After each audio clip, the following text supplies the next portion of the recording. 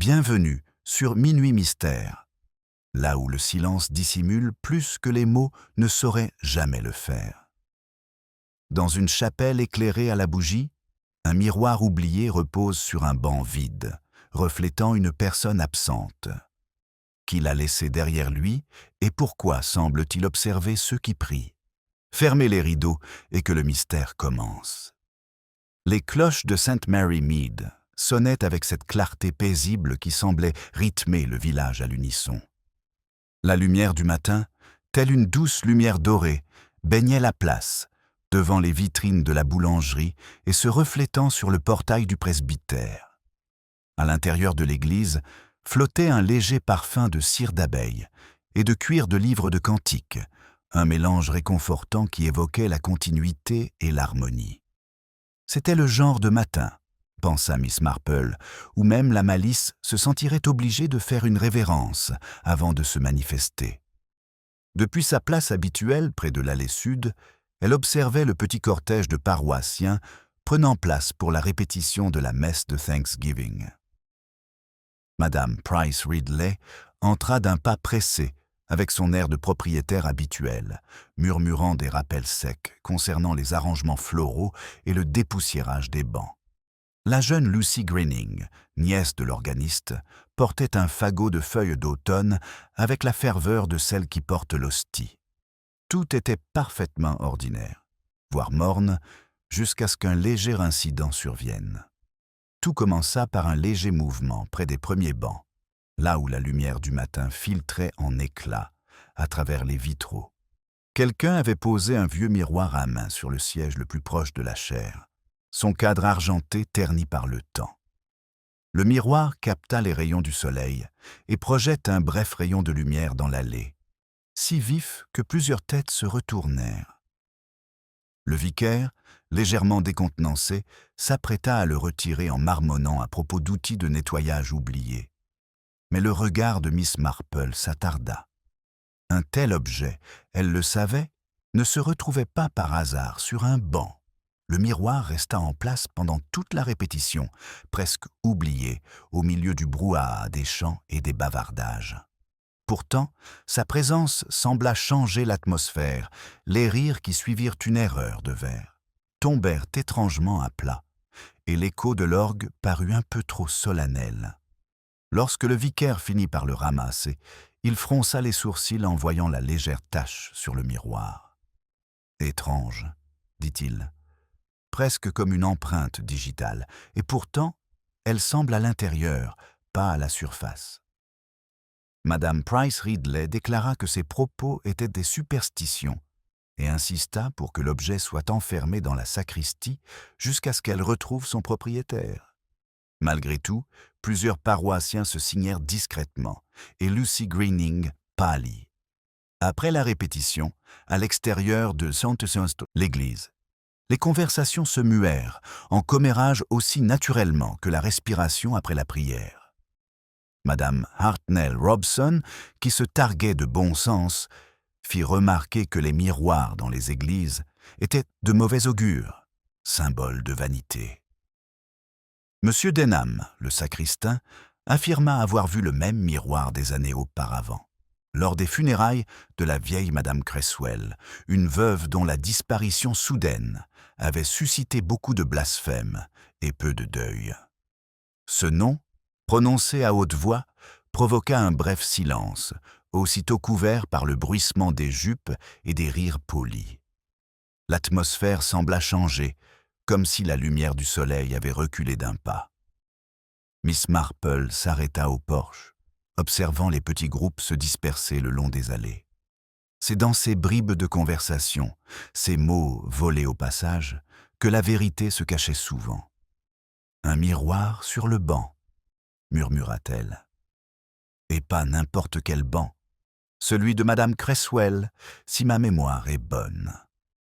Elle plia ses gants avec une précision impeccable, ses pensées se mouvant discrètement sous la surface, telles des alevins dans un ruisseau ombragé. Au déjeuner, les rumeurs concernant l'incident parvinrent jusqu'au Blue Boar. Autour d'un plat de bœuf froid et de cornichons, le colonel Melchett fit remarquer que le village était un peu trop imaginatif, tandis que Madame Bantry suggéra que le miroir appartenait peut-être à la nouvelle locataire de Fern Cottage, cette femme mélancolique qui ne sortait jamais avant le crépuscule. La serveuse, désireuse de participer à la conversation, murmura que la locataire avait été vue la veille au soir avec un petit paquet enveloppé dans du papier kraft. Au moment où le dessert arriva, l'histoire s'était enrichie de rumeurs de séances de spiritisme et d'héritages secrets. Miss Marple, assise à une table voisine, son tricot à la main, semblait entièrement absorbée par le comptage des mailles. En réalité, elle évaluait la part de peur et de curiosité dans chaque voix. Le moment choisi, la pose presque cérémonielle de ce miroir, le matin même de la fête des moissons, lui paraissait délibéré. La malice humaine, songea-elle, revêtait bien des déguisements le devoir, la charité, voire la piété. Ce soir-là, les lumières du presbytère restèrent allumées plus tard que d'habitude. Par la fenêtre entr'ouverte du bureau, on entendait le vicaire arpenter la pièce avec inquiétude, tandis qu'il disait à sa femme qu'il ne trouvait pas la clé du placard de la sacristie où était rangé le miroir. « J'étais pourtant certain de l'avoir laissé sur le crochet, » dit-il, mais elle a tout simplement disparu. Sa femme l'exhorta à ne pas s'inquiéter, mais lorsque l'horloge sonna 9 heures, elle le trouva debout devant le placard vide, la porte grande ouverte, le regard étrangement absent. Au matin, le village s'éveilla au son d'un murmure inquiétant. Le miroir avait disparu. La porte de la sacristie était entr'ouverte, mais rien d'autre n'avait été déplacé. Certains disaient que c'était l'œuvre d'enfants, d'autres qu'il valait mieux oublier cet objet. Mais devant le portail de l'église, Miss Marple se pencha pour examiner le chemin de gravier et remarqua la faible trace d'une empreinte de talon plus sombre, imprimée dans la terre humide, qui menait non pas vers la route, mais au cimetière même.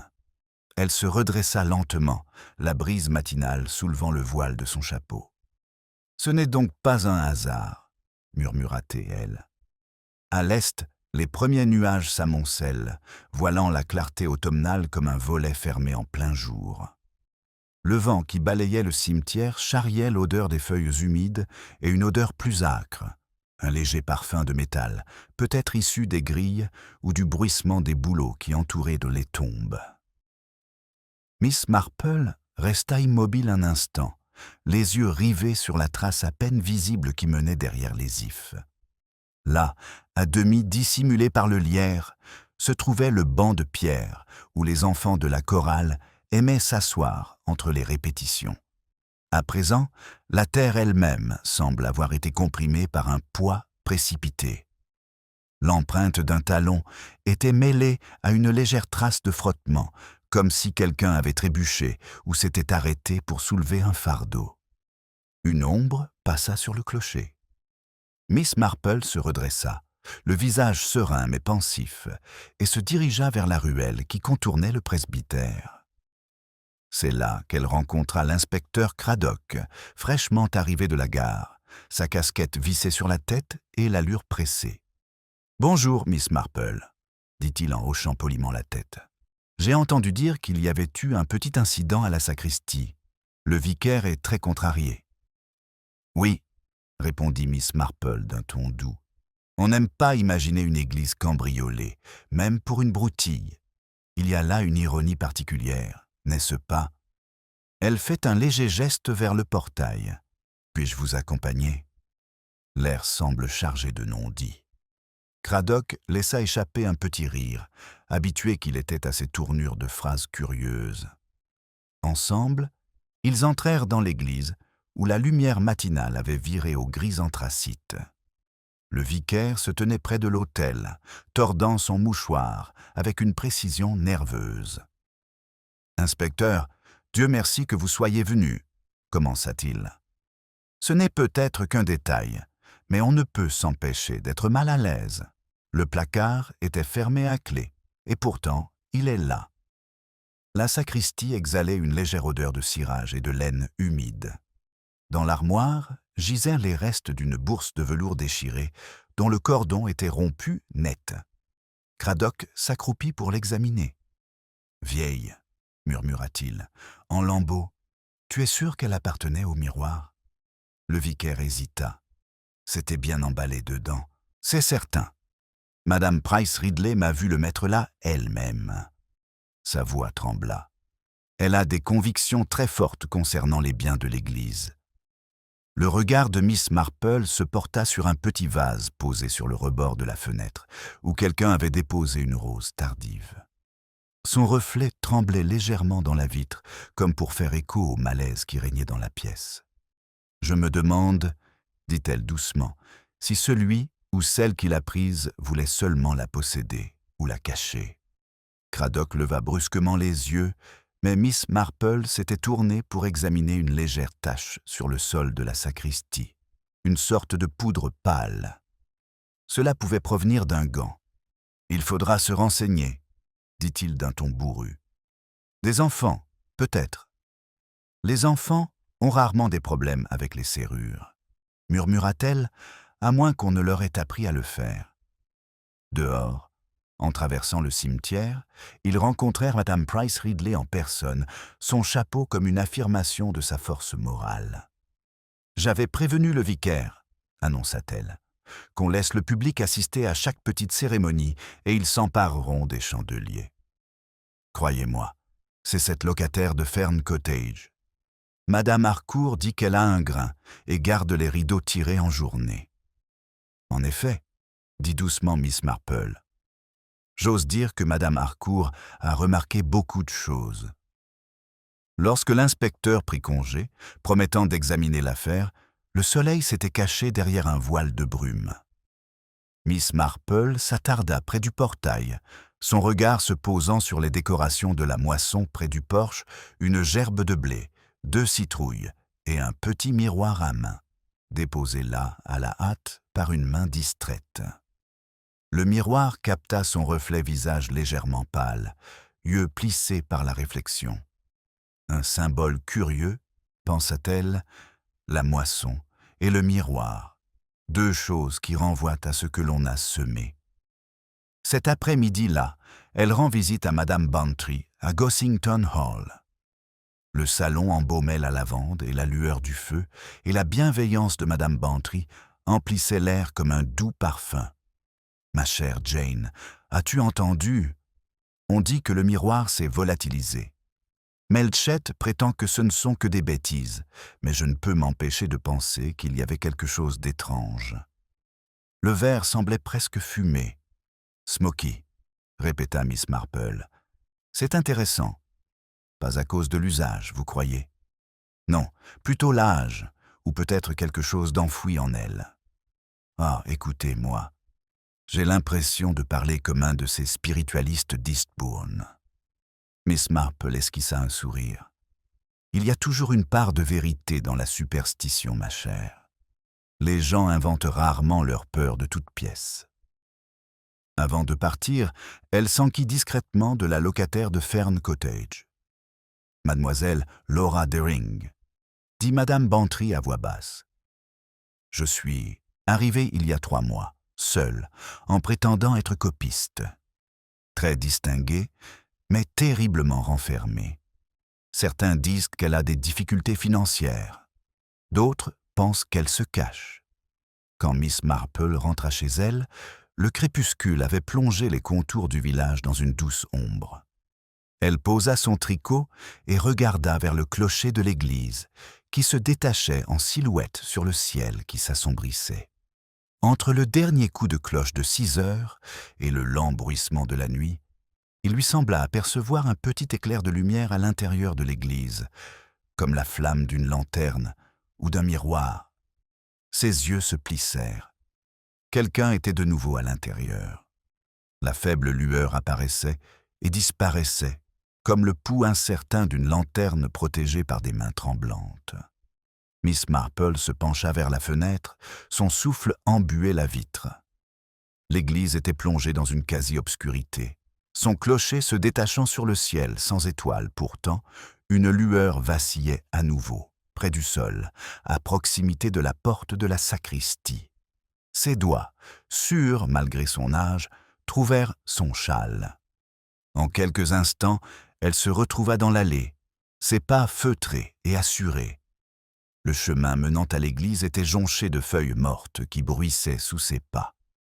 Une chouette effraie planait silencieusement au-dessus d'elle, ses ailes pâles captant la lumière du lampadaire, avant de se fondre dans l'ombre. Arrivée au portail, elle s'arrêta, tendant l'oreille. Un léger bruit métallique parvient à l'héroïne des clés, ou peut-être un loquet contourné. Quelqu'un était à l'intérieur. Elle s'avança vers le porche, longeant le côté où le lierre était épais. À travers les petites vitres, elle aperçut une silhouette penchée près de la balustrade de l'autel, une lanterne posée à ses pieds. La flamme éclairait la courbe d'un manteau sombre et une main gantée tenant un objet fin et luisant. Puis la silhouette se redressa et un instant, son visage croisa celui de la femme à la peau claire, pâle et émaciée. La locataire de Fern Cottage. Miss Marple eut un hoquet de surprise. La femme, Laura Dering, semblait absorbée par le sol sous les premiers bancs, passant ses doigts le long de la jointure en bois, comme à la recherche de quelque chose. Puis, d'un geste brusque, elle s'agenouilla, souleva un petit panneau et en retira un objet enveloppé dans un tissu. Un bref éclat de miroir, ou peut-être le miroir entier, brilla à la lumière. Avant que Miss Marple n'ait pu avancer, la lanterne s'éteignit. Miss Dering se figea, la tête tournée brusquement vers la fenêtre. Son expression à cet instant était celle d'une peur pure et sans retenue, non pas de la culpabilité, mais de la terreur. La lumière s'éteignit et les ténèbres envahirent à nouveau la nef. Lorsque l'inspecteur Craddock arriva, convoqué discrètement par téléphone, au presbytère, l'église était vide. « Vous êtes certain de ce que vous avez vu ?» demanda-t-il en scrutant le sol près des bancs.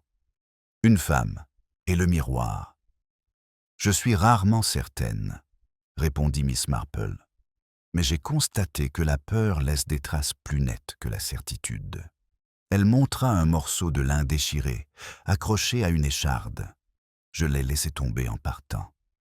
Il semble qu'elle ne soit pas la première à cacher quelque chose sous ces planches. Ils fouillèrent le creux où mademoiselle Dering s'était agenouillée. Dans la poussière gisait un autre objet, un petit fragment inattendu de vieux journal, plié en plusieurs fois, dont l'encre était estompée mais suffisamment lisible pour qu'on puisse y lire la date d'août 1912. À l'intérieur se trouvait une violette pressée, fanée depuis longtemps. En dessous, on pouvait lire à peine les initiales MC. Craddock fronça les sourcils. Pas grand-chose à se mettre sous la dent. « Oh, mais la mémoire, inspecteur, » murmura Miss Marple, à la fâcheuse habitude de se réveiller au moment le plus inopportun. 1912 aurait été l'année des fiançailles de Madame Cresswell, je crois, avant le scandale avec son compagnon. Craddock leva brusquement les yeux. Quel scandale! « Oh, rien n'a jamais été prouvé, » dit-elle d'un ton doux. « Juste des rumeurs. » La dame de compagnie partit brusquement. Le mariage fut reporté et Madame Cresswell devint quelque peu fragile par la suite. On oublie parfois combien l'humiliation peut laisser des traces. Le lendemain matin, le village bruissait de rumeurs. Mademoiselle Dering était introuvable, les rideaux de sa chaumière restaient tirés. Madame Price Ridley était persuadée qu'elle s'était enfuie en disgrâce, tandis que le colonel Melchett pensait que toute cette histoire n'était que pure invention. Seule Lucy Greening, la nièce de l'organiste, semblait sincèrement affligée. Elle confia à Miss Marple que mademoiselle Dering lui avait rendu visite 2 jours plus tôt, lui demandant s'il restait des traces des funérailles de madame Cresswell. « Elle a dit qu'elle souhaitait présenter ses condoléances, » murmura Lucy. « Mais elle était si pâle que j'ai cru qu'elle allait s'évanouir. C'est après ce midi-là, Au presbytère, Miss Marple écoutait la femme du vicaire s'inquiéter. « Ce sont les ragots, Jane, soupira-t-elle. Ils se propagent plus vite que le lierre. La pauvre femme est peut-être innocente, mais les gens préfèrent les histoires sans artifice. » Miss Marple remua son thé pensivement. « Oui, les commérages sont un peu comme un miroir, n'est-ce pas?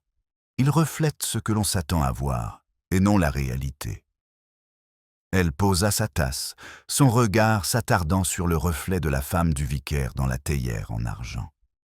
Son expression était aimable, mais teintée d'inquiétude.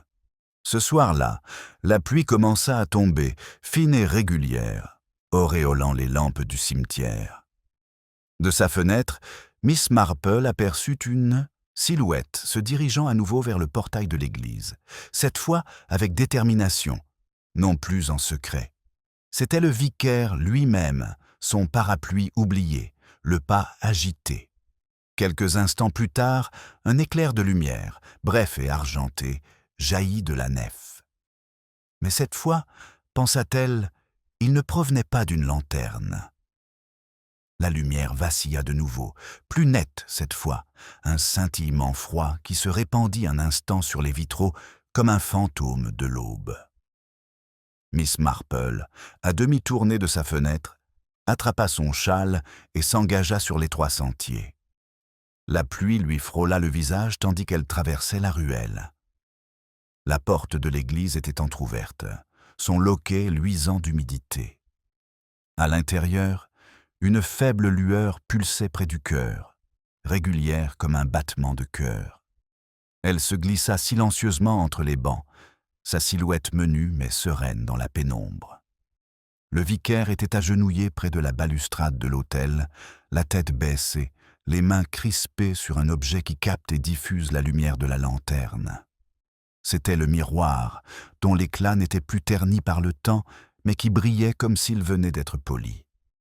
Miss Marple attendit que le léger craquement du plancher attire son attention. Il leva les yeux, surpris, son reflet se dédoublant dans le miroir. « Mademoiselle Marple, je n'attendais personne. » Sa voix trembla. « Personne ne le fait jamais, quand la conscience s'impose, » dit-elle doucement. « Il est tard, monsieur Linton. La pluie a dû tremper le cimetière depuis longtemps. » Il tira la chasse d'eau et referma le miroir d'un claquement tremblant.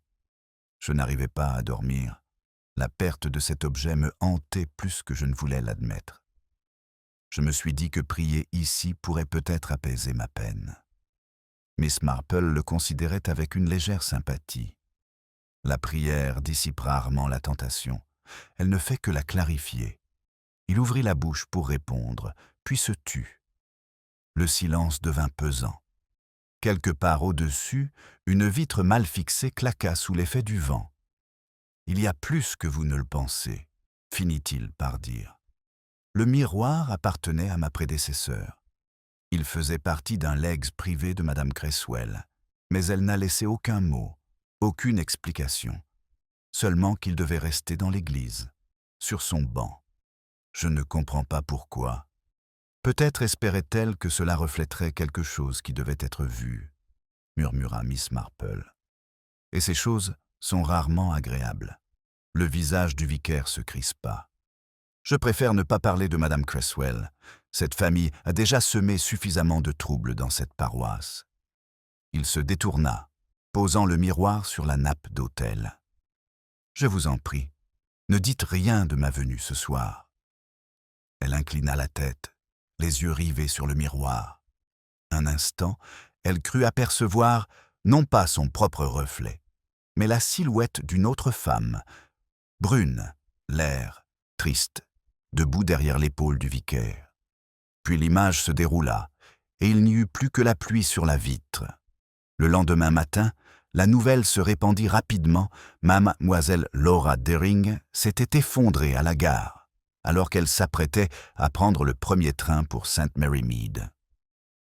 Le docteur Haydock conclut à un épuisement, tout en ajoutant, avec une certaine gravité, que le stress et le manque de nourriture y avaient contribué. On la ramena à sa chaumière, pâle et tremblante, soignée par Lucy Greening. La jeune fille confie ces faits à Miss Marple plus tard dans l'après-midi en se tordant les mains. Elle répétait qu'elle ne pouvait pas rester, pas après ce qu'elle avait vu. Mais elle refusait de dire de quoi il s'agissait. Miss Marple hocha lentement la tête. On confond souvent ce qu'on a découvert avec ce qui nous a effrayés. Au crépuscule, l'inspecteur Craddock arriva à son portail, l'air plus perplexe que autoritaire. « Nous avons trouvé quelque chose d'étrange », dit-il en acceptant son invitation à entrer. Le miroir Linton jure l'avoir enfermé dans la sacristie ce matin, mais le sacristain a constaté qu'il avait encore bougé. Il n'a pas été volé cette fois, il a simplement été retourné face contre terre sur le banc. « Comme c'est curieux », dit-elle en versant du thé, comme si quelqu'un avait voulu ne pas voir ou cacher ce qui avait été vu. Craddock semblait mal à l'aise. « Vous croyez qu'il y a plus que de la superstition là-dedans ? Oh, bien plus encore. Les miroirs révèlent des vérités que personne n'avoue, surtout lorsque la culpabilité prend son propre reflet pour un jugement. » Plus tard, l'inspecteur partit. Miss Marple s'assit près de sa fenêtre, son tricot intact. La lune se levait à travers les nuages déchirés, sa lumière se répandant faiblement sur le clocher. De l'intérieur parvient le son d'une cloche solitaire, donnée non pas selon un horaire fixe, mais par une main humaine. Une fois, 2 fois, puis le silence. Un son semblable à un soupir flotta dans la pluie, et à cet instant, elle sut que le calme du village s'était à nouveau fissuré, aussi sûrement que du verre sous un poids invisible.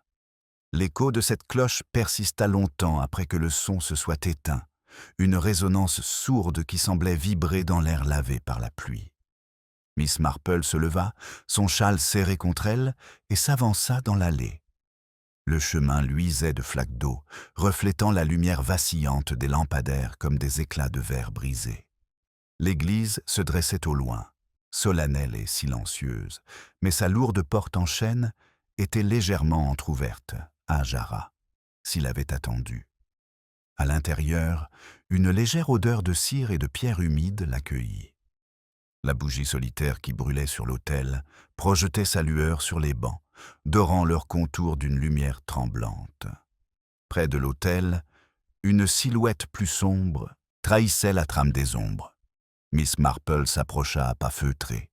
C'était le sacristain, M. Denham, étendu à moitié en travers de l'allée, les mains toujours crispées sur la corde de la cloche. Son visage ne portait aucune blessure, et pourtant une immobilité terrible émanait de lui, qu'aucun médecin n'avait besoin de confirmer. Quelques instants plus tard, le vicaire et l'inspecteur Craddock arrivèrent, appelés par le message calme mais urgent de Miss Marple. Craddock s'agenouilla près du corps, son visage se durcissant. « Aucune trace de lutte », murmura-t-il. « Mais regardez, il a enlevé ses gants. Et ceci, sous la corde, une trace de cire à argent sur sa paume. » Miss Marple ne dit rien d'abord, se contentant de fixer l'autel où le miroir reposait à nouveau sur la balustrade, tourné cette fois vers le haut, sa surface brillante et immaculée. « Étrange lieu pour prier », murmura-t-elle, « et pour mourir. » Le vicaire, pâle et tremblant, s'affaisse sur le banc le plus proche. Denham avait dû venir sonner la cloche lui-même. C'était un homme nerveux, peut-être superstitieux. Il s'agissait peut-être d'un accident. Craddock secoua la tête. Ou du moins, il avait mis en scène une scène. Il y a eu trop de mouvement dans cette église à mon goût. Son regard se porta sur Miss Marple. « Vous avez vu cette femme, Miss Daring, rôder ici la nuit. Pourrait-elle être mêlée à cette affaire ? Elle est peut-être mêlée à bien des choses, » dit Miss Marple d'un ton doux. « Mais la peur n'est pas un motif de cruauté, c'est la marque de celui qui en est la proie. » Le médecin arriva peu après et confirma l'arrêt cardiaque provoqué par un choc, peut-être dû à une frayeur soudaine. « Rien d'étonnant, vu le tempérament nerveux de l'homme, » dit-il. Mais il était étrange que ses pupilles soient dilatées, comme s'il avait vu quelque chose d'horrible. Plus tard, Tandis que l'église se vidait sous l'autorité tranquille de Cradock, Miss Marple s'attarda près de la balustrade de l'autel.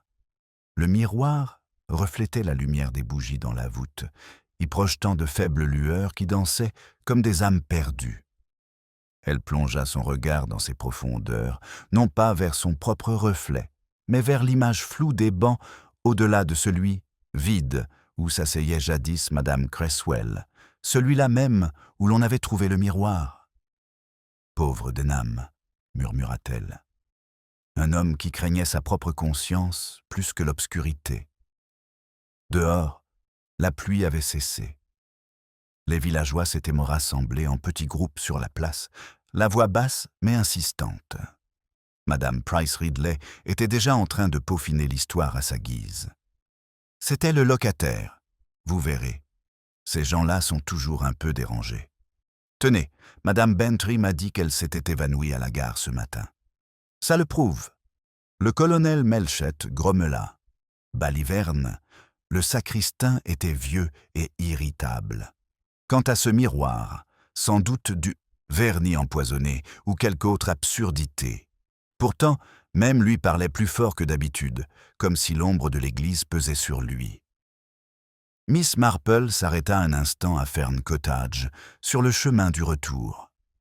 Les rideaux étaient tirés, mais Lucy Greening ouvrit la porte, pâle et inquiète. « Elle se repose, » dit la jeune fille. « Je vais passer la nuit avec elle. Elle n'arrête pas de marmonner qu'on l'observe à travers la vitre. »« Laissez-la dormir, » conseilla Miss Marple, « et gardez les fenêtres fermées. Il y a un courant d'air près de l'âme quand la peur s'installe. » Sur le chemin du retour, la nuit lui parut d'un calme inhabituel.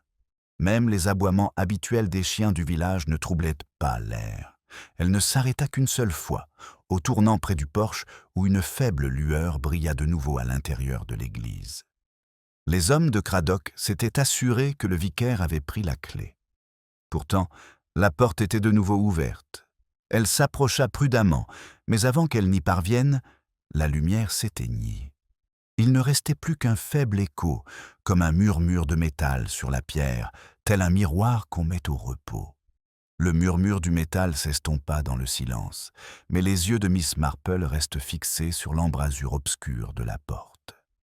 La nuit était empreinte de ce calme étrange qui suit une révélation à demi-mot, comme si le village lui-même retenait son souffle. Elle s'avança, prudente mais sans crainte, et le faible éclat de sa lanterne illumina le bord de quelque chose gisant juste derrière le seuil de l'église. Un petit éclat de verre triangulaire, dont une face était lisse et l'autre rongée par le temps.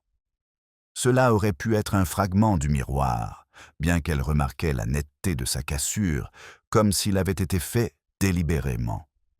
Ses doigts en caressèrent le bord avant de glisser le morceau dans son gant. Derrière elle, le vent agita le lierre, produisant un murmure. Une porte grinça au fond de l'église, suivie de pas rapides et irréguliers. Puis le silence retombe. Qui que ce soit qui ait été là était parti. Elle quitta l'édifice aussi discrètement qu'elle y était entrée, ne laissant aucune trace de son passage, si ce n'est l'empreinte légère de sa chaussure sur la dalle humide. Le matin arriva pâle et hésitante, une brume s'accrochant aux haies comme un doute inavoué. La nouvelle de la mort du sacristain se répandit dans St. Mary Mead avant même le petit déjeuner. Chez l'épicier, Madame Price Ridley déclare que de telles choses arrivent quand on héberge des étrangers, tandis que le garçon boucher jure avoir vu la fenêtre de Mademoiselle Dering ouverte au beau milieu de la nuit. Au moment où la charrette à lait atteignit le presbytère, la moitié de la paroisse était persuadée de vivre au milieu d'un mal à peine dissimulé sous un vernis de bienséance. L'inspecteur Cradock est revenu peu après 9h, le visage grave. « Nous avons trouvé des empreintes de pas près du mur du cimetière petites, à semelles étroites, probablement celles d'une femme. Elle mène vers Fern Cottage. Il faudra que je l'interroge correctement cette fois-ci. » Miss Marple leva les yeux de son tricot. Vous devriez peut-être faire attention à la façon dont vous formulez vos questions, inspecteur. La culpabilité est une chose fuyante. Elle s'enfuit quand elle est acculée, mais parfois vers le danger, au lieu de s'en éloigner. Il la regarda d'un air perspicace. « Tu crois qu'elle est innocente ?»« Je crois qu'elle a peur, » dit-elle simplement. Et la peur prend souvent les traits de la culpabilité. En milieu de matinée, le village était plongé dans une douce inquiétude. Les rideaux frémissaient, les bouilloires sifflaient trop longtemps et chacun feignait de ne pas être curieux. Miss Marple se rend à Fern Cottage sous prétexte d'apporter du bouillon. Lucy Greening ouvrit de nouveau la porte, les yeux rougis par les larmes. À l'intérieur, Miss Dearing était assise près du feu, une couverture sur les épaules, fixant le petit carré de miroir posé sur la cheminée. Il reflétait les flammes, fragmentées et incertaines. « Je n'arrive pas à l'arrêter », murmura-t-elle à l'approche de Miss Marple. « Cela me montre des choses qui ne sont pas leur visage, des pièces que je ne connais pas. Je rêve d'eux, et puis ils apparaissent dans le miroir. » Le ton de Miss Marple était doux, mais ferme. « Peut-être que ce que vous voyez, ce sont des souvenirs, Miss Dearing. Nous conservons tous des miroirs de ce genre, que nous le voulions ou non. » La femme frissonna. Cela lui appartenait, vous savez, Madame Cresswell. « Ma tante. J'ai changé de nom après le scandale. Elle interdisait à quiconque d'en parler. À sa mort, je croyais que le secret était enterré. Mais quelqu'un était au courant. Les aiguilles de Miss Marple s'immobilisèrent en plein vol. « Tu savais quoi, ma chère ? Ce miroir ne lui appartenait pas. » Sa voix tremblait. Il faisait partie du journal intime d'une autre femme, un journal qu'elle n'aurait jamais pu utiliser. Avant que Miss Marple n'ait pu parler, on frappa à la porte. L'inspecteur Craddock entra, casquette à la main. « Je crains d'avoir besoin de vous parler, Miss Dearing. » Il hésita, observant sa fragilité, puis désigna d'un signe de tête le fragment brisé que Miss Marple avait discrètement déposé sur la table. « Cela vient de l'église, madame. »« Oui, » répondit Miss Marple d'un ton léger. « Je l'ai trouvé près du seuil. » Curieux, n'est-ce pas? Les miroirs ont tendance à se multiplier dans les histoires, chaque miroir reflétant une version différente de la vérité. Craddock soupira. Une des hypothèses est que Denham soit morte en tenant le produit à polir utilisé sur ce même miroir. Si ce produit contenait des substances toxiques, accidentellement ou non, nous le saurons bien assez tôt. Il accueillit avec douceur la remarque de mademoiselle Dearing, mais chaque question la laissait plus pâle qu'auparavant. Lorsqu'il fut enfin parti, mademoiselle Marple toucha la main de la jeune femme. « Vous devez vous reposer maintenant et garder le miroir couvert. Trop de reflets attirent dans les mauvais sorts. » Dehors, l'air se levait, la lumière du soleil perçant faiblement la brume. La cloche de l'église sonnait silencieusement sur le ciel pâle, et pourtant, dans le silence qui régnait, elle crut entendre à nouveau son faible carillon, une fois, puis deux, comme s'il se répondait à lui-même. Elle se tourna vers le cimetière, et là, dans le coin le plus reculé, près de la haie, se tenait une silhouette qu'il observait, une femme en gris, immobile, le visage dissimulé par un voile. Quand Miss Marple cligna des yeux, la silhouette disparut.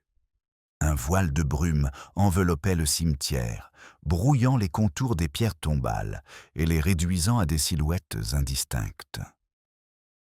Miss Marple demeurait immobile, les yeux fixés sur l'endroit où s'était tenue la silhouette voilée.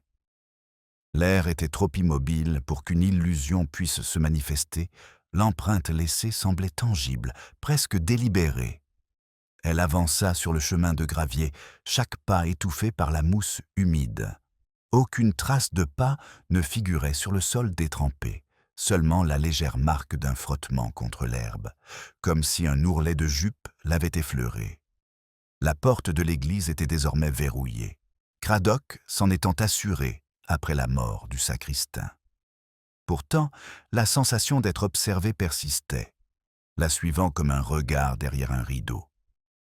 Elle s'arrêta près du banc de pierre, sous les ifs, où le lierre s'enroulait en forme évoquant une écriture. Quelque chose scintilla faiblement près des racines d'une vieille épingle à cheveux en argent, ornée d'un minuscule M gravé. Miss Marple la souleva délicatement, remarquant le motif d'un bouquet de lys gravé dans le métal. « Pas neuve », murmura-t-elle, et pas tombée par inadvertance. De l'autre côté du mur parvint le crissement de pas précipités. Le colonel Melchett apparut par la porte, son pardessus déboutonné et l'air déconcerté. « Mademoiselle Marple, ma chère dame, que faites-vous ici seule? Le village est en émoi. On parle de fantômes maintenant, vous imaginez? Des fantômes à St. Mary Mead. » « Les fantômes, dit-elle d'un ton doux, sont souvent de piètres substituts à la mémoire, colonel. Les gens préfèrent croire aux morts quand ils ont peur des vivants. » Il fronça les sourcils et baissa la voix. « Cradock vient de me dire quelque chose d'étrange. Le chimiste a confirmé que ce miroir contenait des traces de mercure, en plus de celles utilisées pour son support. Si quelqu'un y avait touché, il pourrait dégager des vapeurs suffisamment toxiques pour rendre malade quiconque le manipule. Denham, par exemple. C'est désolant, dit-elle, sans la moindre surprise. Pourtant, la falsification exige des connaissances, une certaine alchimie, un accès privilégié et une intention. Imaginez-vous que mademoiselle Dering possédait ces trois qualités. Il hésite. Peut-être pas. Mais il se murmure qu'elle n'est pas celle qu'elle prétend être. La vieille madame Hartnell affirme avoir entendu la factrice l'appeler par un autre nom, mademoiselle Clara quelque chose, à son arrivée. Miss Marple esquissa un sourire. Les noms, comme les miroirs, servent parfois à dissimuler les failles. Son regard se posa de nouveau sur le banc, où le lierre trembla sous une soudaine rafale. Pourtant, Clara ou Laura, la pauvre femme, semble plus hantée qu'inquiétante. Elles marchèrent ensemble vers le chemin. Près du porche, un groupe de villageois s'était rassemblé sous des parapluies, murmurant à voix basse. Madame Price Ridley, toujours autoproclamée gardienne de la morale, aperçut Miss Marple et s'avança. « Vous avez entendu parler des empreintes, bien sûr. Elles mènent non seulement de l'église, mais aussi vers le vieux puits du presbytère. Croyez-moi, Jane, quelque chose a été jeté là-bas. »« Peut-être, » répondit gentiment Miss Marple, « mais les ragots, chère Madame Price Ridley, sont un puits assez profond, et ce qu'on y jette en ressort rarement à l'identique. » Sa remarque provoqua un silence gêné, rompu seulement par l'arrivée de Lucy Greening, pâle et tremblante. « Mademoiselle Marple, je vous en prie, pourriez-vous venir à Fern Cottage? Son état s'est aggravé. Elle parle sans cesse d'une voix dans le miroir, qui la supplie de finir ce qui a commencé. J'ai peur. » Le regard de Miss Marple s'adoucit. « Alors, nous ne devons pas perdre de temps. » À l'intérieur de Fern Cottage, une légère odeur de cendres humides et d'huile de lavande flottait dans l'air. Mademoiselle Dering, assise bien droite dans son lit, serrait la couverture entre ses mains, comme pour se retenir. Le miroir recouvert, posé sur la cheminée, tremblait sous un courant d'air, le tissu se soulevant légèrement, pour laisser entrevoir un éclat de verre. « C'est sa voix, » murmura-t-elle d'une voix rauque. « Elle m'appelle par mon nom, pas Laura Myriam. Elle dit qu'elle se souvient. » Miss Marple rabattit doucement le tissu, le recouvrant entièrement. « Vous ne devez pas le regarder maintenant, » dit-elle doucement. « Les miroirs en disent il y en a trop quand le cœur est troublé. Je ne voulais pas lui faire de mal, » murmura mademoiselle Dering. « Je voulais seulement la vérité. » Son regard se porta sur la fenêtre. « Quelqu'un m'a suivi cette nuit-là, la nuit où j'ai constaté sa disparition. J'ai cru que c'était le vicaire, mais j'ai alors aperçu une femme vêtue de gris. Lucie a émis un petit son apeuré. Nous l'avons toutes les deux vue devant le chalet. » Miss Marple se tourna vers la fenêtre. La vitre était striée de condensation, mais un coin portait la légère empreinte d'une main, petite et fine. Elle n'était pas là auparavant. Son regard s'attarda longuement, puis elle tira le rideau. « Dors si tu le peux, ma chérie, » dit-elle en lissant la couverture. Les rêves parviennent parfois à démêler les fils que la conscience ne parvient pas à rassembler. Alors qu'elle quittait le cottage, l'horloge de l'église sonna 4 heures, chaque carillon résonnant faiblement dans la brume. Un bruit suivi d'un léger clapotis, lointain et métallique, provenant du puits du vieux presbytère.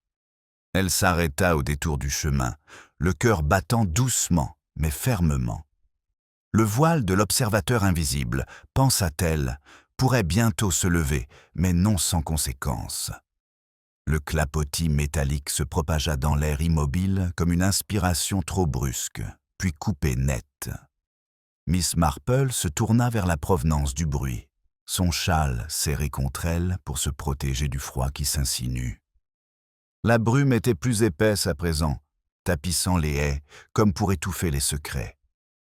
Le vieux puits du presbytère se trouvait au-delà du jardin du presbytère, vestige d'avant la construction du réseau d'adduction d'eau paroissiale, longtemps scellé par un couvercle de bois et envahi par les orties. Pourtant, même de loin, elle pouvait distinguer le léger balancement du couvercle, qui oscillait doucement, comme dérangé par une main invisible. Lorsqu'elle y parvint, l'air était imprégné d'une odeur de pierre humide et de fer. Le couvercle de bois était à moitié de travers, une charnière rongée par la rouille. Elle tint sa lanterne au-dessus de l'ouverture du puits, et la lumière se perdit dans l'obscurité, révélant le reflet lisse de l'eau au loin. Quelque chose de pâle flottait près de la surface, un morceau de tissu ou de papier, indistinct et mouvant. Elle ramassa une branche tombée et l'approcha. C'était un mouchoir, brodé d'initiales presque effacées. MC Miss Marple le plia délicatement, le visage impassible. « Madame ?» La voix venait de derrière elle. L'inspecteur Craddock émergea de la brume, son chapeau ruisselant de rosée. « Je me doutais bien que je vous trouverais ici. Un de mes hommes a entendu du bruit, et bon sang, vous ne devriez pas errer seul à cette heure-ci. Je pourrais en dire autant de vous, inspecteur, » répondit-elle d'un ton doux. « Mais il semble que nous soyons tous deux ici pour la même raison. » Il suivit son regard vers le puits. Quelque chose y a-t-il été jeté? Quelque chose ou quelqu'un qui tente d'effacer les souvenirs. C'est le seul type d'enterrement qui laisse le passé tourmenté. Il lui prit le mouchoir des mains gantées et le retourna à la lumière de la lanterne. « MC. L'outil. Madame Cresswell ?»« Myriam Clara, » dit doucement Miss Marple, car les noms, comme nous l'avons appris, ont tendance à aller de pair. Craddock fronça les sourcils. « Vous croyez que mademoiselle Dering dit la vérité quand elle dit qu'elle est sa nièce? Je crois qu'elle en raconte une, telle. Mais la vérité, inspecteur, est rarement unique. Elle préfère apparaître par fragments, un peu comme ce miroir. » Ils remirent le couvercle tant bien que mal, la charnière rouillée grinçant comme pour protester. En traversant le jardin, ils passèrent devant les fenêtres du presbytère. Une lumière était encore allumée dans le bureau. Le vicaire se tenait devant son bureau, parlant avec animation à une femme en manteau gris qui lui rendait visite. Son voile était soulevé, dévoilant un visage pâle, étendu. « Ce doit être Madame Linton, » murmura Craddock. « Étrangeur pour une visite. » Le regard de Miss Marple s'attarda sur la scène. « Peut-être pas si étrange, » murmura-t-elle. La conscience, comme l'insomnie, a ses propres horaires. Au matin, la nouvelle de la découverte de la nuit s'était déjà répandue dans tout le village. Le mouchoir, le puits, le murmure d'une autre mort. Il y a longtemps, chaque détail était brodé par des langues avides de récits. Au Blue Boar, autour de tasses de thé fumantes, Madame Bantry confia à Mademoiselle Hartnell que le puits avait toujours été maudit, tandis que le colonel Melchett affirmait qu'il était parfaitement étanche. La pauvre Lucy Greening pouvait à peine parler. Elle avait été renvoyée de Fern Cottage après que le sommeil agité de mademoiselle Dering se soit transformé en silence et en larmes. Cet après-midi-là, Miss Marple était assise près du feu dans son cottage, le doux cliquetis de son tricot rythmant ses pensées. Chaque personnage de l'histoire s'était regardé dans ce miroir. Madame Cresswell, Denham, le vicaire, Miss Dering, et chacun s'était trouvé confronté non pas à la beauté, mais à un reflet intérieur. Vanité, peur, culpabilité, autant de lumières différentes, réfractées par le verre. Au milieu d'elles se cachait la vérité, non pas surnaturelle, mais humaine et exigeante. Ses pensées furent interrompues par un coup à la porte. C'était le vicaire, chapeau à la main, le visage tiré et gris. « Mademoiselle Marple, je ne sais comment vous dire cela. Ma femme est partie. Elle est partie tôt ce matin sans un mot. Juste ce mot. » Il lui tendit une feuille de papier fin pliée, tremblant légèrement. L'écriture était soignée, posée. Pardonnez-moi, cela ne devait pas se terminer ainsi. Miss Marple le lut 2 fois, les yeux plissés. Elle y est allée de son plein gré. Elle a pris mon vélo. Le gendarme dit l'avoir vu sur la route principale en direction de Market Belling. Je ne comprends pas pourquoi elle n'est pratiquement pas sortie de la paroisse depuis des mois. Miss Marple regarda au-delà de lui, vers la ruelle. Peut-être souhaitait-elle atteindre quelque chose avant que quelqu'un ne la rattrape par sa réflexion. Craddock arriva peu après, le visage grave. « On a retrouvé le vélo, » dit-il. « Abandonné près du pont. Aucune trace d'elle pour l'instant. » Mais il hésita, jetant un coup d'œil à Miss Marple. Le passeur jure avoir vu une femme en gris traverser la prairie juste avant l'aube. Miss Marple se leva lentement en ramassant son châle. Je me dis alors, « Inspecteur, il est temps de retourner à l'église. Voyez-vous, il n'y a pas que les miroirs qui renvoient ce qui est caché. L'eau aussi. » La brume planait encore sur les prairies, comme une gaze lorsque Miss Marple et l'inspecteur Craddock atteignirent le pont. L'eau, en contrebas, coulait lentement, d'un air maussade, charriant des fragments de roseaux et les faibles lueurs d'un soleil couchant. Le passeur, un vieil homme maigre à la casquette tachée de tabac, se tenait près de son poteau d'amarrage, son chapeau à la main. « Je l'ai vu, monsieur, » dit-il à Craddock.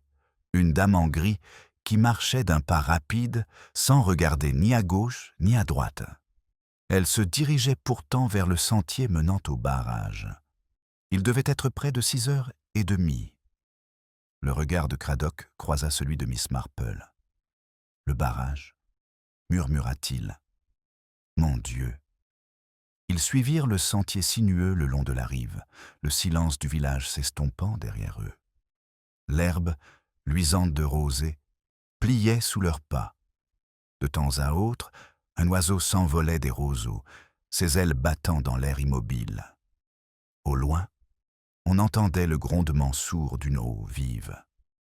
Près du virage se trouvait le vélo du vicaire, sa roue avant à demi enfouie dans la boue. Le panier contenait un petit paquet de linge et un livre de prières usé. Miss Marple s'agenouilla, effleurant du bout des doigts l'étoffe un châle plié, humide et légèrement parfumé à la lavande. Dessous gisait un fragment de verre, pas plus gros qu'une pièce de monnaie, au bord tranchant et à la surface mate. « Elle le portait avec elle, » murmura Miss Marple. « Un morceau du miroir. » Craddock fixait la rivière. Si elle y était entrée, le courant l'emporterait en aval. Mais pourquoi ici, de tous les endroits? Le regard de Miss Marple suivit la ligne de l'eau jusqu'à l'endroit où elle passait sous le pont bas et s'élargissait en un bassin paisible. « Car, dit-elle, c'est ici que le village oublie ses fautes. Chaque année, à la Toussaint, des couronnes sont déposées à cet endroit en signe de souvenir. Peut-être craignait-elle qu'une de plus ne passe inaperçue. Le gendarme appela d'en bas, la voix tremblante. « Monsieur, quelque chose est pris dans les roseaux. » Ils se précipitèrent sur la berge et là, parmi les joncs enchevêtrés, gisait une silhouette à peine visible sous le pâle scintillement de l'eau. C'était Madame Linton, son manteau gris déployé autour d'elle comme des ailes. Une main serrait si fort le fragment de miroir que le verre lui avait entaillé la paume. Ils la déposèrent délicatement sur la berge. Son visage, serein dans la mort, n'exprimait aucune terreur, seulement du soulagement. Miss Marple rabattit le châle sur elle, murmurant une brève prière, plus par habitude que par piété. « Ce n'est pas un meurtre, dit-elle doucement à Cradock. Du désespoir, je crois. Celui qui porte un masque jusqu'à oublier son propre visage. » Cradock expira bruyamment. Le miroir n'était donc pas maudit, après tout. Il était simplement pratique pour ceux qui avaient besoin de quelque chose à craindre. « Au contraire, répondit-elle, cela reflétait précisément ce qu'ils craignaient le plus eux-mêmes. » Plus tard, une fois le corps emporté et les pas du gendarme estompés, Miss Marple resta sur la rive. La surface du fleuve s'était de nouveau apaisée, baignée d'une lumière fragile. Elle y vit le clocher de l'église se refléter, inversé, comme si le ciel et la terre avaient échangé leur place. L'idée la taraudait encore la vérité, à l'instar d'un reflet, dépendait entièrement du point de vue. L'après-midi venu, St. Mary Mead bruissait de commérages renouvelés. Madame Price Ridley déclara que la tragédie était une leçon de morale. Le colonel Melchett, lui, insistait sur le fait qu'il s'agissait simplement d'un cas de faiblesse nerveuse. Madame Bantry, les larmes aux yeux, répétait à qui voulait l'entendre que la pauvre Madame Linton avait toujours semblé trop raffinée pour le presbytère. Pourtant, sous leur bavardage, un léger malaise persistait, comme si le village lui-même pressentait une faute collective qu'il ne pouvait nommer. À l'heure du thé, Miss Marple reçoit un billet, remis en main propre par Lucy Greening. Bref, écrit d'une écriture tremblante.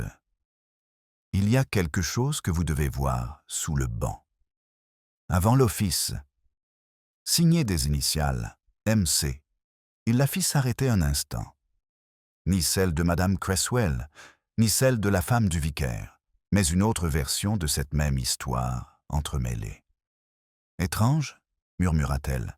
« Comment les mêmes lettres répètent-elles leur histoire ?» Le crépuscule tomba tôt ce soir-là. Une légère bruine adoucit les toits, et la cloche de l'église sonna 6 heures, sonnant d'un ton creux et incertain. Miss Marple, emmitouflée dans son imperméable, entra dans l'église. La nef était sombre. Des ombres s'accumulent entre les bancs.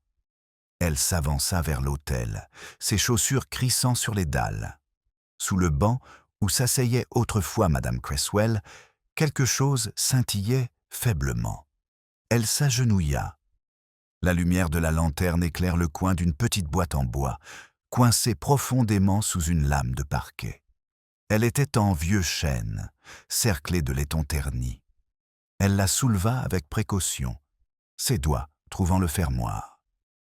À l'intérieur, enveloppé dans du lin, se trouvaient plusieurs lettres, un médaillon brisé et une feuille de papier pliée, jaunie par le temps. Dedans, d'une écriture fine et assurée, étaient écrits ces mots, car la vérité que je ne pouvais me résoudre à dire. Miss Marple respirait doucement, non pas sous le choc, mais en signe de reconnaissance. La rivière avait offert son reflet, mais l'église, semblait-il, gardait encore sa confession.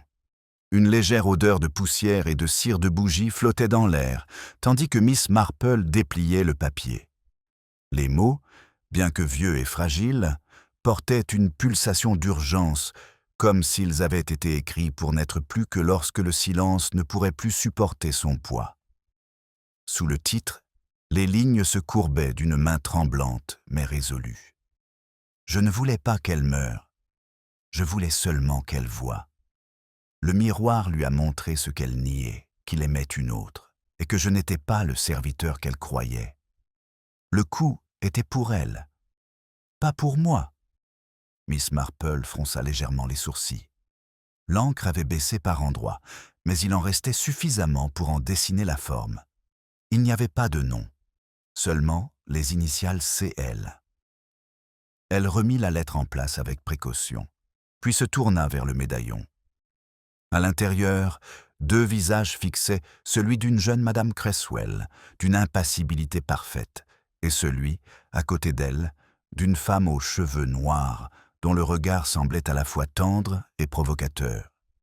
Le fermoir portait de légères éraflures, comme s'il avait été ouvert à la hâte. Un léger bruit parvint de la porte de la sacristie, suivi d'une toux aussitôt étouffée. Miss Marple se redressa. La lumière de sa lanterne illumine l'inspecteur Craddock, le visage crispé. « Vous découvrez toujours les choses avant nous, » dit-il d'une voix calme. « Mais j'aurais préféré, cette fois-ci, que vous ne soyez pas venu seul. »« Il y a des moments, inspecteur, » répondit-elle, « où la solitude semble la plus sûre des campagnes. » Elle lui tendit la lettre et le médaillon. Il lut rapidement, les yeux plissés. « C'est elle, » répéta-t-il. « Il faudra consulter les registres paroissiaux pour voir si quelqu'un portant ces initiales a travaillé pour les Cresswell. » Le regard de Miss Marple se porta sur les bancs, chacun portant en lui sa propre petite histoire de recueil de cantiques pliés et de gants oubliés.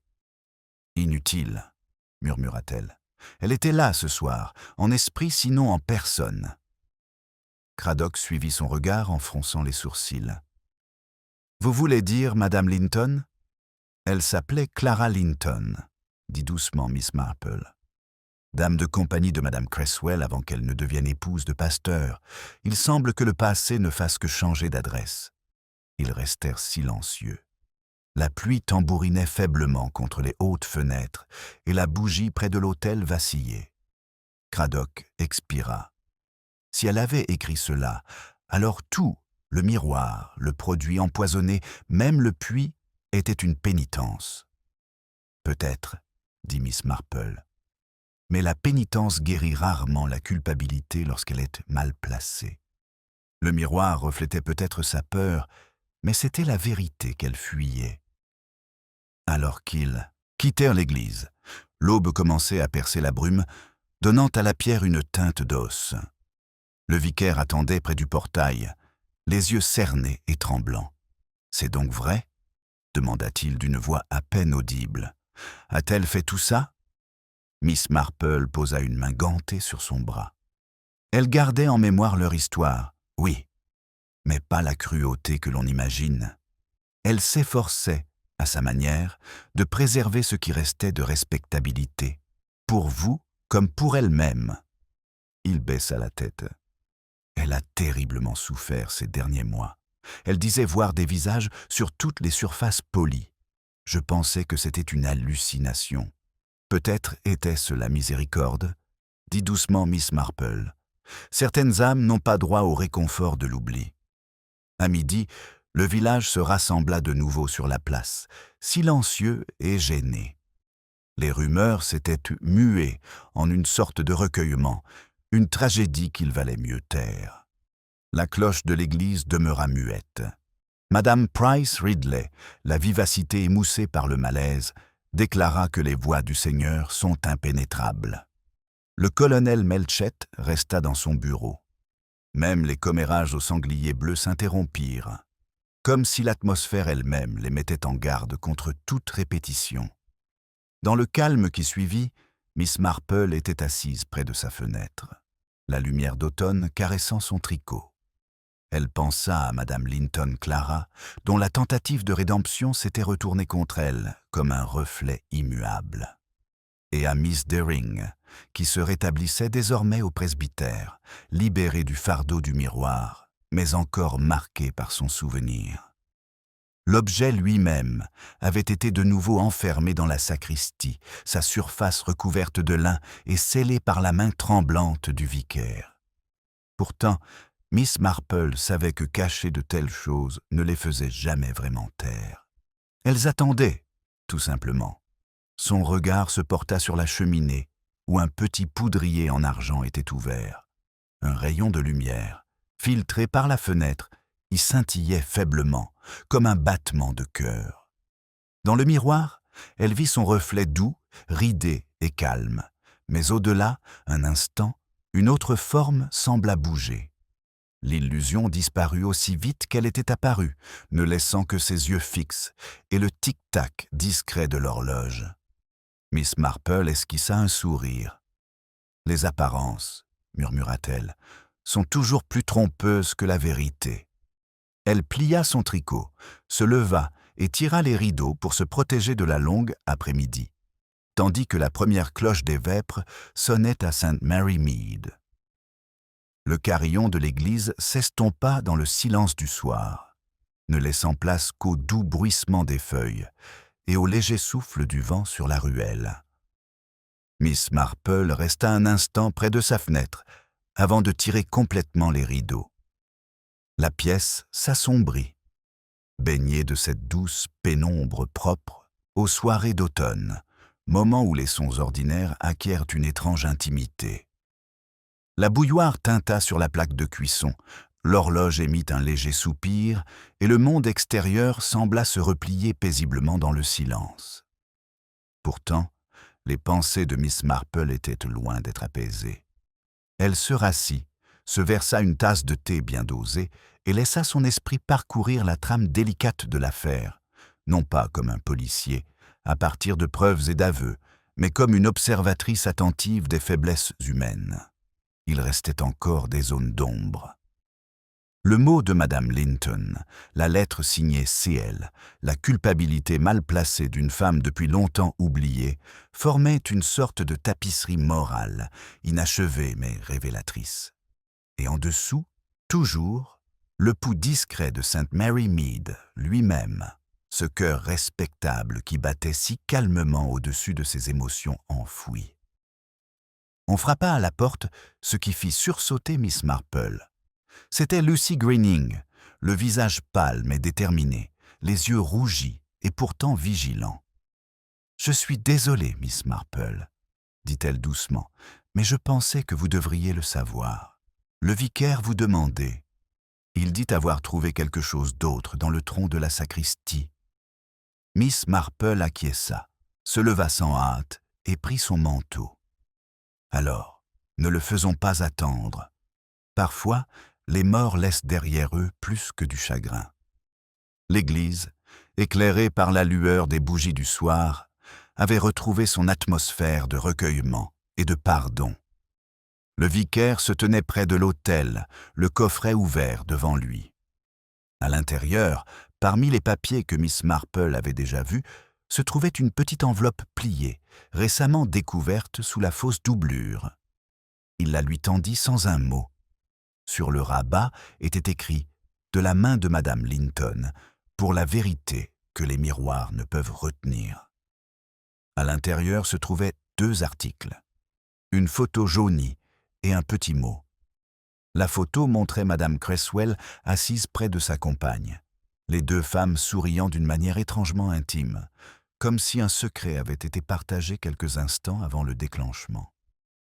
Le mot était encore plus court. C'est moi qui le lui ai dit. Elle ne l'a jamais su. Le miroir reflétait son visage. Mais c'est ma culpabilité qu'elle y voyait. Miss Marple le lut 2 fois, puis le remit délicatement dans la boîte. « Alors, dit-elle doucement, c'est la jalousie, et non la vengeance, qui en est à l'origine. » Le reflet ne faisait que révéler une vérité que les mots ne pouvaient exprimer. Le vicaire semblait abattu. Ma femme a alors cru qu'elle avait causé une mort qui n'avait jamais été un meurtre. La conscience est une conteuse cruelle, Monsieur Linton, dit gentiment Miss Marple. Elle portait le fardeau d'une autre femme parce que cela convenait mieux au village. La respectabilité a toujours été assez habile pour redistribuer la culpabilité. Il se détourna en s'agrippant au dossier d'un banc. « Et maintenant, que vais-je faire ? Continuez comme avant, dit-elle. Prenez soin de votre paroisse, réconfortez les vivants. Laissez les morts reposer en paix, quelle que soit la forme qu'ils aient choisie pour leur vérité. » Alors qu'ils quittèrent la sacristie, l'office du soir avait commencé. Les voix du chœur s'élevaient faiblement dans la nef, leur timbre juvénile pur, intact, préservé des rumeurs. Miss Marple s'arrêta à la porte, observant le vacillement des bougies sur le sol de pierre. Le miroir avait été replacé sur l'autel, son miroir tourné vers le bas sous un linge blanc. Un instant, elle crut apercevoir une ombre bouger sous le tissu, mais ce n'était que la flamme vacillante d'une bougie prise dans un courant d'air. Dehors, l'air exhalait un léger parfum de terre humide et de fumée de bois. Les chaumières de St. Mary Mead brillaient doucement sous leurs rideaux, chacune dissimulant ses propres petits drames derrière des dentelles ciselées. Elle marcha lentement vers la maison, Lucie à ses côtés, plongée dans un silence pensif. « Crois-tu que c'est vraiment fini ?» demanda finalement la jeune fille. « D'une certaine manière, oui, » répondit Miss Marple. « Mais les histoires comme celle-ci ne s'achèvent pas. Elles s'estompent simplement dans la mémoire, telles des réflexions au gré des variations de la lumière. Avec le temps, même celle-ci ne sera plus qu'un souvenir à demi oublié, adouci par les rumeurs et transformé en légende. » Lucie hésita. « Et le miroir ?» Miss Marple esquissa un sourire. « Oh, je suppose que cela restera où cela est. Les églises regorgent d'objets destinés à nous rappeler qui nous sommes. Certaines vérités sont mieux gardées sous le voile. » Elles atteignirent le portail de sa chaumière. La lune s'était levée, disque pâle et parfait, se reflétant faiblement dans la flaque d'eau à ses pas. Un instant, elle aperçut son reflet, vacillant dans l'eau, ses traits estompés par les ondulations du vent. Elle le contempla calmement, puis traversa la flaque, la laissant regagner son immobilité. Derrière elle, la cloche sonna son dernier coup de la nuit, résonnant doucement dans le village. Elle eut l'impression que le son n'était pas mélancolique, mais empreint de pardon, comme si la paroisse elle-même tirait un rideau sur son propre reflet.